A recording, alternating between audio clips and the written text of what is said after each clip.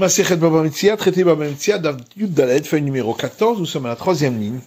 Tufta di Shmuel Betarté, la Gemara dit que la braïta qu'on a rapportée est donc une objection contre l'enseignement du Shmuel sur deux points. Hadak et Rabbi Elazar. Le premier point, c'est le même que l'objection qu'on a rapportée de cette braïta contre Rabbi Elazar, de Amoke Matitin Beshen Chayam Modé, puisque lui aussi explique notre Mishnah dans le cas où celui qui est considéré comme emprunteur n'est pas d'accord qu'il doit de l'argent. Vechada, et l'autre point, d'Amar Shmuel, parce que Shmuel a dit, Matzash ta hakna'a bashuk yarzir la veralim. Si on a trouvé un acte dans lequel l'emprunteur s'engage à devoir l'argent dès la signature, et on l'a trouvé dans la rue, on le rendra au propriétaire, c'est-à-dire au créancier. Et on ne craint pas qu'il a peut-être déjà été payé. Tufta, et donc notre braïta, qui a été rapportée plus haut, est une objection. De Katani Acha, puisque la braïta dit, même si les deux sont d'accord qu'il y a encore une dette, on ne rendra pas l'acte l'olazé velolazé, ni à l'un ni à l'autre. C'est donc on craint que ça a déjà été payé. Et à plus forte raison ici, où celui qui est considéré comme emprunteur n'est pas d'accord qu'il lui doit, que on doit craindre que ça a été payé. Alors, je me dis, c'est quoi la raison des sages qui ne font pas de différence entre le cas où il est écrit une garantie sur l'acte ou s'il n'est pas écrit, dans les deux cas on peut pas rendre. C'est parce qu'ils pensent que, même s'il n'y a pas écrit de garantie des biens, c'est une erreur du scribe qui n'a pas écrite. Mais il y a garantie. Amale Rava Baritai, le Ravidi Baravin. Rava Baritai a dit à Ravidi Baravin, est-ce que vraiment Shmuel a dit cela? Shmuel, pourtant Shmuel a dit Shevach, Shefer Vesherbud, si le scribe veut écrire sur l'acte que l'emprunteur s'est engagé à garantir pour le paiement même ce qui aura été amélioré sur les terrains, ou bien que l'emprunteur s'est engagé à ce que le créancier puisse saisir les meilleurs terrains, ou qui s'est engagé à ce que les terrains qui auraient été vendus par la suite soient garantis pour le paiement de cette dette. Dans tous ces cas-là, il faut demander à l'emprunteur si il s'engage et qu'il accepte qu'on l'écrive.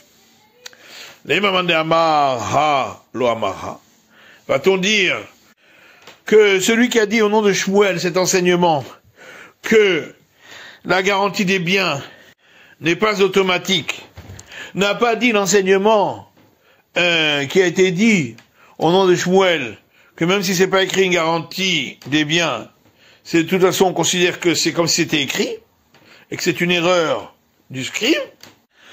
Et la Gemara répond Lokashia, ça c'est pas une question. Kan bishtar halva'a, quand on a dit que l'engagement sur la garantie des biens est automatique, ça c'est dans des actes de créance. De la Yevinish Zouzé Birdi, parce qu'un homme ne prête pas d'argent pour rien, sans une véritable garantie.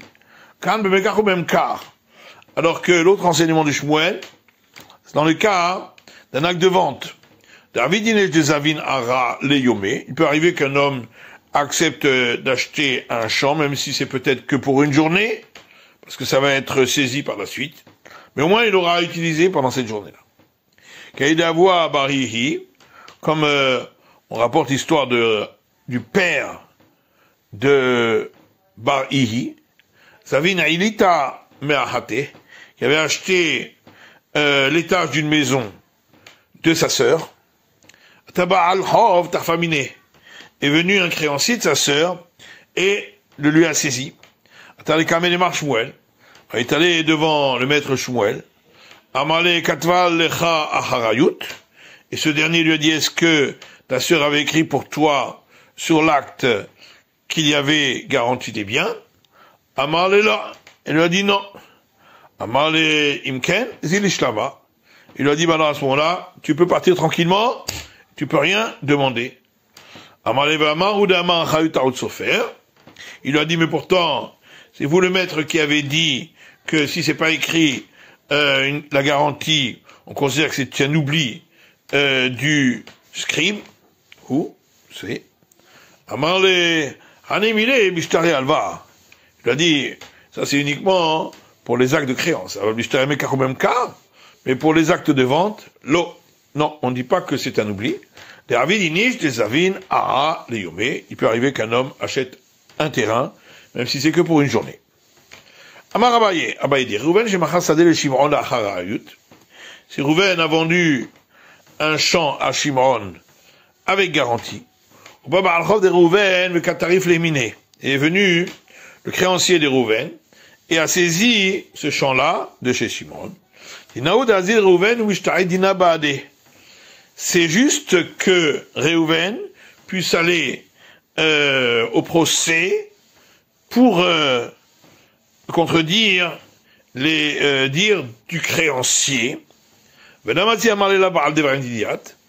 créancier ne peut pas lui dire, mais tu n'es pas ma partie adverse, puisque c'est pas chez toi que je vais saisir. Parce qu'il peut lui répondre, celui de chez qui tu vas saisir, il reviendra vers moi pour que je lui rembourse, puisqu'il y a garantie. D'autres disent, que même s'il n'y avait pas de garantie également, parce que Reuven peut dire, je ne veux pas que Shimon ait des réclamations contre moi. Et Abaye dit encore, si Reuven a vendu un champ à Shimon sans garantie, et sont levés des contestataires sur la propriété de Reuven sur ce champ, si Shimon n'avait pas encore fait un acte pour montrer sa propriété, il peut revenir en arrière. Mais après qu'il a fait un acte pour montrer sa propriété, il ne peut plus revenir en arrière. Damar et Reuven lui dira, un sac de nœuds tu as accepté et tu as reçu, puisque tu as accepté qu'il n'y ait pas de garantie. Mais maintenant, il y a Hazaka. À partir de quel moment on considère qu'il a fait un acte pour montrer qu'il est propriétaire? Mais qui daïch à partir du moment où il a foulé avec ses pieds les limites du champ pour bien les marquer. Mais d'autres disent même s'il le lui a vendu avec garantie aussi, Damar, il peut lui dire montre-moi d'abord l'acte de saisine et à ce moment-là je te rembourserai. Itmar, il y a un enseignement qui dit si quelqu'un vend un champ à un autre, en fin de compte il se trouve que ce n'était pas lui. Rav Amar yesh lo marot. Rav dit il doit lui rembourser l'argent qu'il a payé, v'yesh lo shevach, et également s'il a amélioré le champ. Shmuel Amar marot yesh lo shevach en lo.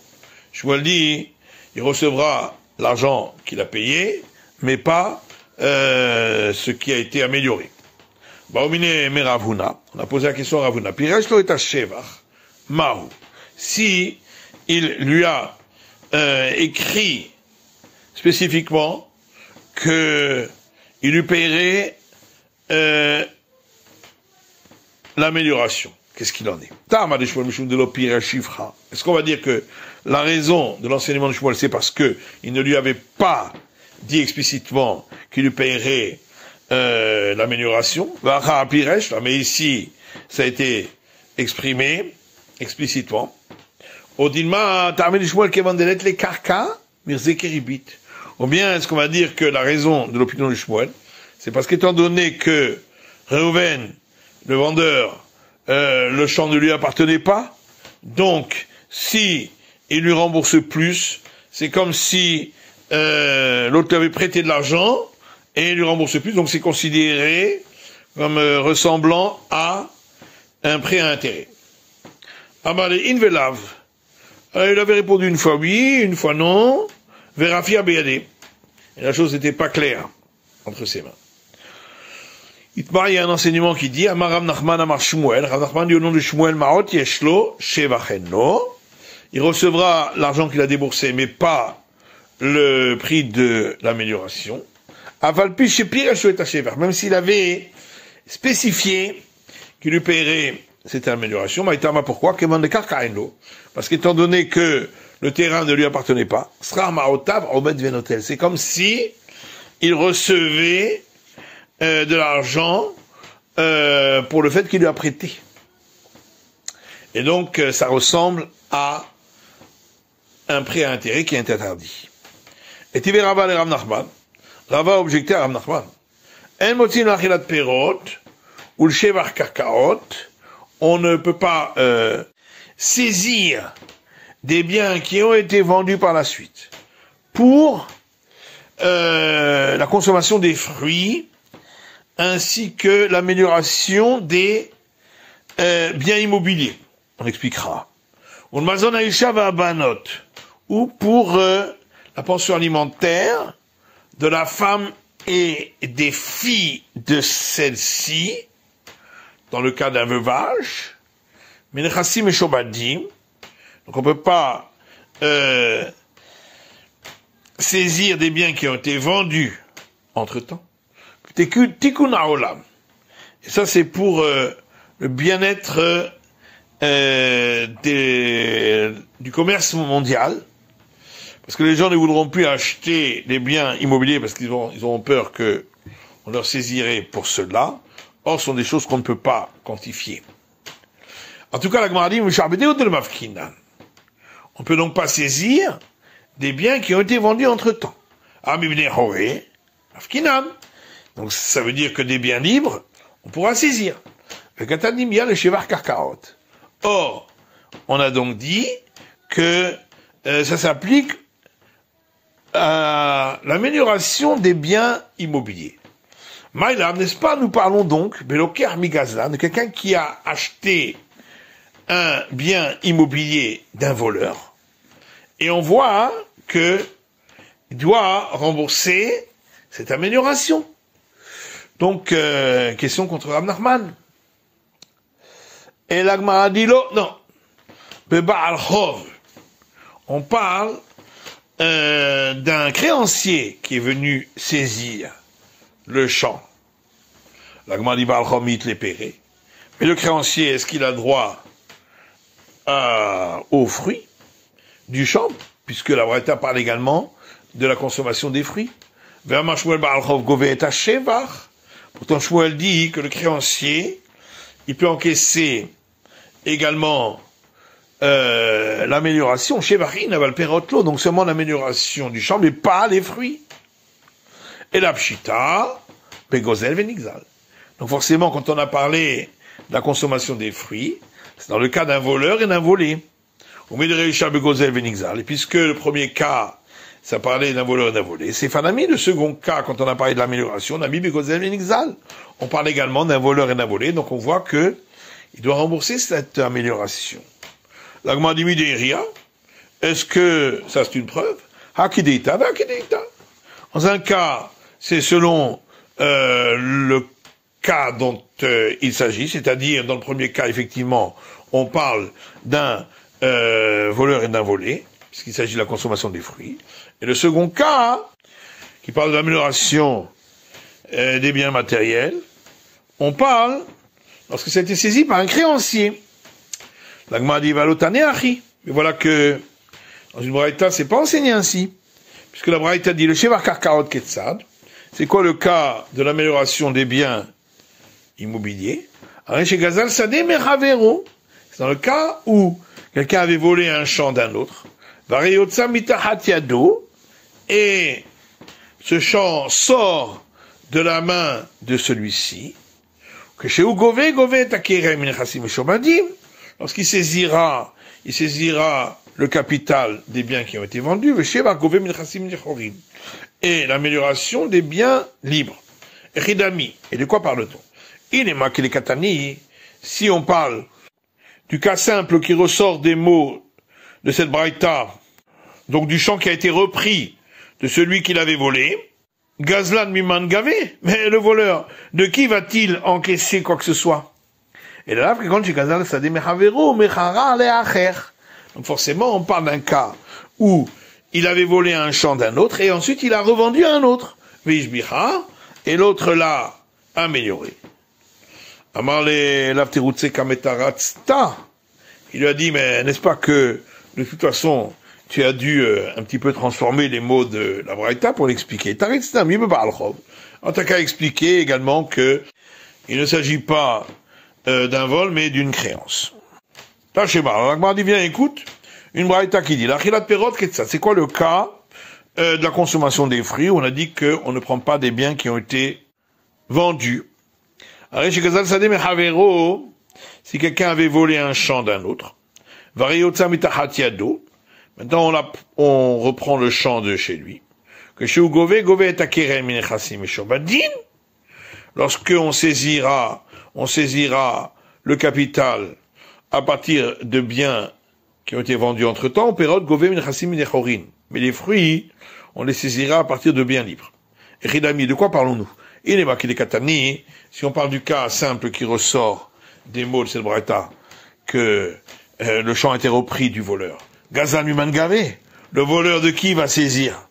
Et la lave, qui quand chez Gazal Sadeh Mechavero, donc forcément on parle d'un homme qui a volé un champ d'un autre, ou Mechara Leacher, il a vendu à une autre personne, Veishbiha, et ce dernier l'a amélioré, et on voit que on rembourse l'amélioration. Donc, question contre Ram Nachman au nom du Shmuel. Amarav Achab Maskin, qui compte chez Gazal Sadeh Mechavero. Et Rav répond, non. On parle d'un cas où un homme avait volé un champ d'un autre, mais les apérotes, alors qu'il était rempli de fruits. V'achal et apérotes, et le voleur a consommé des fruits. V'chafa barborot sichin umeharot, et également, il a creusé des puits, des fosses et des cavernes. Il a donc dégradé le champ. Keren, si celui qui a été volé vient